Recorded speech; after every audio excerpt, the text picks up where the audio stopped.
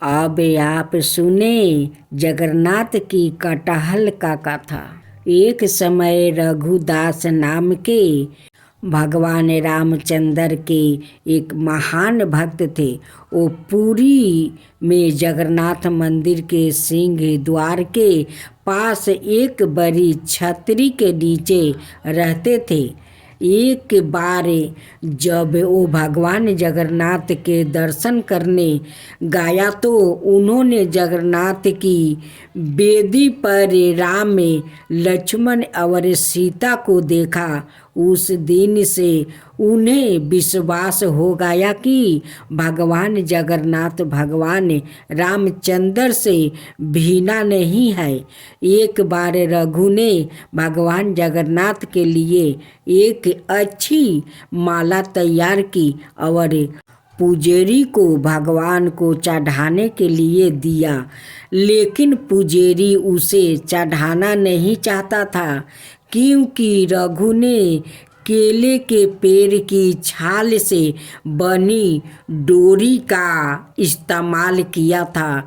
उस समय जगन्नाथ के मंदिर में ऐसी चीज़ों का प्रयोग वर्जित था। रघु को बहुत दुख हुआ कि उनकी माला भगवान जगन्नाथ को नहीं चढ़ाया गया। वो बहुत उदास महसूस करते हुए मंदिर से बाहर चला गया। बाद में दिन में पुजारी शाम की आरती समाप्त कर रहा था। भगवान के शयन करने से पहले पुजारी उन्हें एक विशेष पोशाक पहनाते हैं जिसे 12 श्रृंगार वेश कहा जाता है। भगवान को श्रृंगारित करने के बाद पुजारी ने उनके शरीर को फूलों से सजाना शुरू कर दिया, लेकिन उसे आश्चर्य हुआ कि उसने जो कुछ भी किया भगवान के शरीर पर एक भी फूल नहीं बचा। भगवान किसी भी फूल को स्वीकार नहीं करेंगे। सभी पुजारी यह सोचकर बहुत चिंतित हो गया कि अवश्य ही उन्होंने कोई अपराध किया है, लेकिन यह क्या हो सकता है। उन सभी ने निर्णय लिया कि यह समझने की कोशिश करने के लिए कि उन्होंने क्या अपराध किया है, वो सभी मंदिर में सोएंगे और तब तक उपवास करेंगे जब तक भगवान उनके सपनों में आकर उन्हें उनके अपराध के बारे में सूचित नहीं कर देते। निश्चित रूप से उसी रात भगवान जगन्नाथ मुख्य पुजारी के सामने में आए और उनसे कहा, मेरे भक्त रघुदास मेरे लिए एक फूल का माला लाया था। उन्होंने इसे बहुत प्यार से और भक्ति के साथ तैयार किया। आपने बाहरी विशेषता से देखी माला को उन्होंने मुझे देने से मना कर दिया। आप देख नहीं सकते कि उन्होंने कितनी अच्छी माला तैयार की। उन्होंने इसे प्रेम और भक्ति से पिरोया। अब मेरा भक्त मेरी सेवा से चिंतित होकर अपने घर में माला रख कर पड़ा हुआ है। उसके सामने माला पहनाओ। उसने कुछ भी नहीं खाया है और लगातार रो रहा है। वो अभी तक सोया नहीं है जब तक मेरे भक्त की इच्छा पूरी नहीं हो जाती।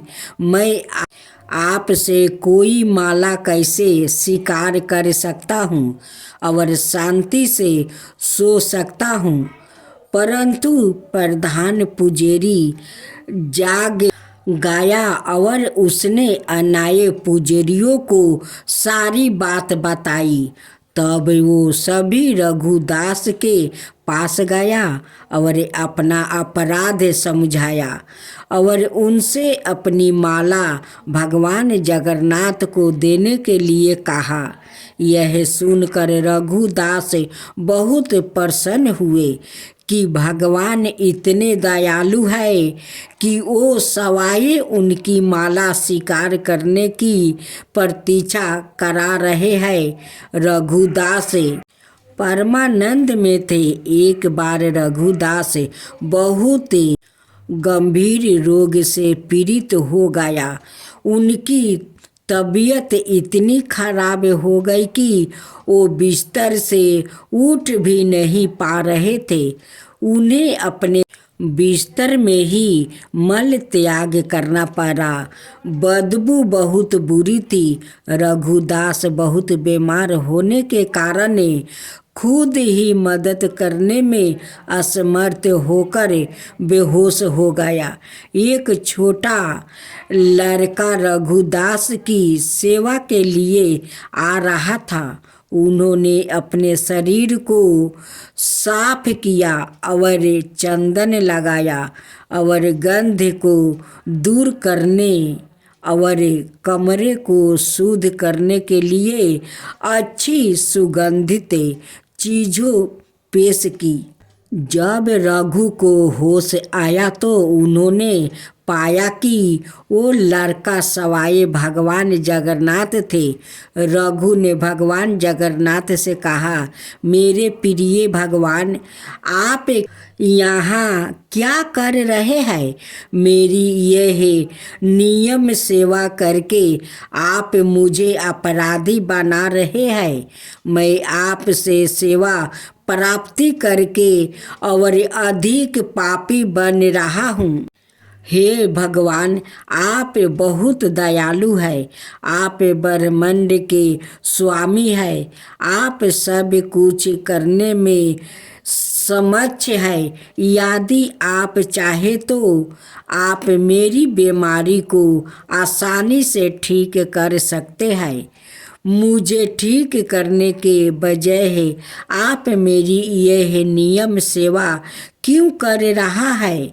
भगवान ने उत्तर दिया, हाँ, मैं तुम्हें आसानी से ठीक कर सकता हूँ, लेकिन मैं चाहता हूँ कि तुम अपने सभी परिबंध कर्मों से मुक्त हो जाओ, ताकि तुम इस जीवन के अंत में मेरे निवास पर वापस आ जाओ।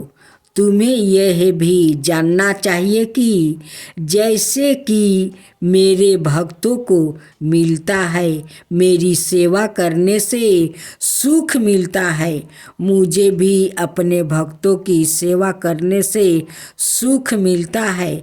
मैं सदाई आपकी सेवा करना चाहता हूँ। मुझ में और मेरे भक्त में कोई अंतर नहीं है। इस प्रकार भगवान और रघु के बीच बहुत निष्ठा संबंध थे। रघु बहुत सरल थे और उनका स्वभाव एक छोटे लड़के जैसा था। भगवान जगन्नाथ के साथ उनके संबंध बहुत मैत्री पूर्ण थे। कभी कभी भगवान एक लड़के के रूप में उनके पास आते थे और वो दोनों एक साथ खेलते थे। यह सामान्यतः लोगों को ज्ञान था कि भगवान रघु के साथ खेलने के लिए उनके पास आए थे। सभी लोग रघु का आदर करते थे। वो बहुत प्रसिद्ध थे और लोगों के बीच भगवान जगन्नाथ के मित्र के रूप में जाने जाते थे। एक बार जगन्नाथ रघु के पास आया और उससे कहा कि वो राजा के बगीचे से कटहल चुराने के लिए उसके साथ चले। रघु ने कहा, तुम कटहल क्यों चुराना चाहते हो? यदि तुम्हें कटहल खाने की इच्छा है तो मुझे बताओ और मैं तुम्हारे लिए एक अच्छा कटहल लाऊंगा। भगवान जगन्नाथ ने उत्तर दिया, इस प्रकार मुझे अपने भक्त से सब कुछ मिल रहा है। वास्तव में मेरे पास सब कुछ है। माता दशोदा मुझे इतना मक्खन खिलाती थी और मुझे आनंद देती थी, लेकिन फिर भी मैं इस उद्देश्य के लिए दूसरों के घर जाता हूँ। माखन चुराने का चोराई हुई चीज़ों खाने में एक विशेष आनंद आता है। आज मैं चाहता हूँ कि आप चोरी का वो आनंद महसूस करें। कृपया मेरे साथ आए। असहाय होकर रघु भगवान के प्रस्ताव पर सहमत हो गया और उनके साथ चल गया। वो दोनों राजा के बगीचे में दाखिल हुए। जगन्नाथ ने रघु से कहा, तुम पेड़ पर चढ़ जाओ, मैं जमीन पर खड़ा रहूँगा। तुम सबसे अच्छा और सबसे बड़ा कटहर तोड़ कर नीचे फेंक दोगे। मैं यही खड़ा होकर उसे पकड़ लूँगा, फिर हम दोनों भाग जाएंगे। रघु ने भगवान के आदेश का ठीक वैसा ही पालन किया जैसा उन्होंने निर्देश दिया था। वो कटहल के पेड़ पर चढ़ गया और सबसे अच्छा और बड़े कटहल को ढूंढ निकाला और उसे तोड़ लिया। जगन्नाथ उसने पुकारा, क्या आप तैयार हैं? जगन्नाथ ने उत्तर दिया, हाँ मैं तैयार हूँ, फेंक दो। रघु ने कटहल नीचे फेंक दिया, यह उम्मीद करते हुए कि जगन्नाथ उसे पकड़ लेंगे, लेकिन जगन्नाथ कहाँ थे? वह भाग गया था। कटहल को पकड़ने वाले कोई नहीं था। वो बड़ी आवाज करते हुए जमीन पर गिरा और फाट गया। जब राजा के माली ने आवाज सुनी तो वो समझ गया कि कोई कटहल चुराने के लिए बगीचे में घुसा है। वो तुरंत मौके पर भागा और देखा कि 12 कटहल जमीन पर खुला पड़ा था। फिर भी उसने आसपास किसी को नहीं देखा। जब उसने ऊपर देखा तो उसे रघुदास पेड़ पर बैठे दिखे। माली तुरंत राजा के पास गया और उसे बताया कि रघुदास उसके बगीचे से कटहल चुरा रहा था। वो अभी भी वही पेड़ की चोटी पर बैठा है। उसने उत्साहपूर्वक राजा से कहा। राजा को विश्वास नहीं हो रहा था कि रघु कटहल चुराने के लिए उसके बगीचे में घुसा था। इसलिए राजा ने अपने मंत्रियों को इकट्ठा किया और उस स्थान पर गया जहां माली ने संकेत दिया था। और रघुदास को पेड़ पर बैठे और कटहल को जमीन पर पड़ा देखकर आश्चर्यचकित रह गया। राजा के अनुरोध पर रघु पेड़ से नीचे उतर आया। राजा ने रघु से पूछा, मेरे प्रिया प्रभु, यदि तुम कटहल खाना चाहते थे तो आधी रात को मेरे बगीचे में आकर पेड़ पर चढ़ने की परेशानी क्यों उठा रहे हो? तुम मुझे बता सकते थे, मैं कर सकता था।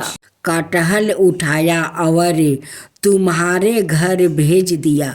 रघु ने राजा को पूरी कहानी बताई कि कैसे भगवान जगन्नाथ ने उसे धोखा दिया था। भगवान की लीला सुनकर सभी को आनंद आया और सभी हंस पड़े। उन्होंने रघु की महानता की प्रशंसा की। इस प्रकार मित्रता की मुद्राएं में रघु भगवान जगन्नाथ के साथ लीलाएं करते। एक भक्त ने भगवान जगन्नाथ के साथ रघुदास की एक लीला का प्रत्यक्षदर्शी वर्णन किया। एक बार रथ यात्रा के दौरान भगवान ने रथ पर अपना स्थान ग्रहण किया था। राजा द्वारा सड़क साफ करने के बाद रथ चलने के लिए सब कुछ तैयार था। हजारों लोगों ने रस्सी खींची लेकिन रथ आगे नहीं बढ़ा। स्थिति को देखते हुए ब्रिटिश साहिबा ने रथ को खींचने के लिए एक शक्तिशाली हाथी की व्यवस्था की। फिर भी रथ नहीं हिलेगा। साहिबा ने रघुदास से कहा, रघुदास जी, यह कैसा भगवान है? मैंने हाथियों को लगा रखा है, फिर भी यह रथ नहीं चलेगा। यह सुनकर रघु रथ पर चढ़ गया और भगवान जगन्नाथ के निकट गया। उसने प्रभु के कान में कहा। तुरंत रथ चलने लगा। यह देखकर साहिबा आश्चर्यचकित रह गई। उन्होंने रघुदास से कहा, आप पूर्ण है और आपके भगवान भी पूर्ण है। रघुदास जहाँ भी रहते थे प्रसाद से भरा बर्तन किसी के भी लेने के लिए बाहर छोड़ देते। वो उसी बर्तन से प्रसाद लेता था जिसे पशु पंछी लेते थे। यह उनका अशुद्ध स्वभाव था। वो भगवान जगन्नाथ को बहुत प्रिय थे। जया राम सिंह वर्तमान समय में उपासकों के समाज में सबसे विद्यमान व्याकितों में से एक माने जाते थे। उसके पास कोई डिग्री या डिप्लोमा नहीं था। ज्ञान था। भारत के विभिन्न हिस्सों से आने वाले कई लोगों उन्हें अपने आध्यात्मिक मार्गदर्शन के रूप में मानते थे। उन्होंने केवल महाप्रसाद खाया जो भगवान जगन्नाथ को चढ़ाए जाने वाला चावल का भोजन है। एक दिन किसी कारणवश उसके बेटे उस मंदिर से नहीं लाए। हालांकि उसने पूरे दिन कुछ भी नहीं खाया था, फिर भी उसने कभी अपनी भूख प्रकट नहीं किया। केवल उसकी पत्नी को पता था। जब वो उदास लग रही थी, सिंघारी ने उसे सांत्वना दी। वो देगा, वो भेजेगा, लेकिन आधी रात को कौन देगा? सब सो गया। उसकी पत्नी भी कुछ देर बाद दरवाजे पर हल्की सी दस्तक हुई। दरवाज़ा खोलने पर बूढ़े व्याकित को एक केले का पाता मिला जिसमें 7 प्रकार के मंदिर के केले थे। कोई नहीं था। अकेली सुबह जब उसने यह घटना बताई तो किसी ने उस पर विश्वास नहीं किया। पूरे दिन भगवान जगन्नाथ का यह चमत्कार लोगों के मन में छाया रहा। अगली रात सिंघारी को सपने में आवाज आई, क्या तुमने वो सब कुछ खा लिया जो दिया गया?